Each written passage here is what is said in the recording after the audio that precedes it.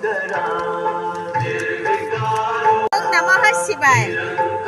आज पवित्र शिवरात्रि गोटे सुंदर कविता आवृत्ति करी जहाँकि मोर पुण्य जन्मपीठ बाबा कपालीश्वर लिखी गोटे कविता रचना करी।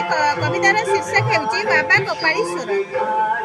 कपाली नईर कूल पुण्य कपाली क्षेत्र पुरुषोत्तम अभीष्ट बाबा कपालीश्वर। दुख हरती माँ इंद्राणी खानपति पार्वती ब्रह्मरूपिणी नारायणी माँ ग्राम देवती। शक्ति बिना सत्ता नुहई काले काले संभव जड़ जगत शिवमय श्वेत देव दुर्लभ। दूर देवालय जीवाकू मोर नबळे मन कपाली क्षेत्रे दारु ब्रह्म सदा विराजमान। हृद कपिला से मोहर प्रभु कपालीश्वर विजय करी शक्ति दिया है स्वयंभू शंकर।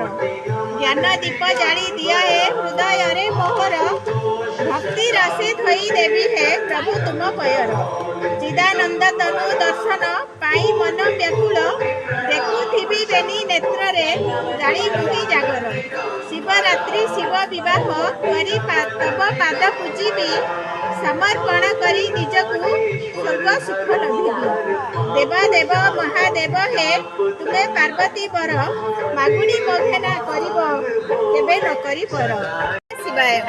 आज महाशिवरात्रि रे गोटे सुंदर कविता आवृत्ति करी जहाँकि मोर पुण्य जन्मपीठ कपाली क्षेत्र कपालीश्वर बाबा कपालीश्वर लिखी जहाँकि यही जो पुरुषोत्तम श्री जगन्नाथ आध्यात्मिक भजनमाला मोर गोटे स्वरचित पुस्तक बा भजन माला रे ए कविताटी स्थान पाई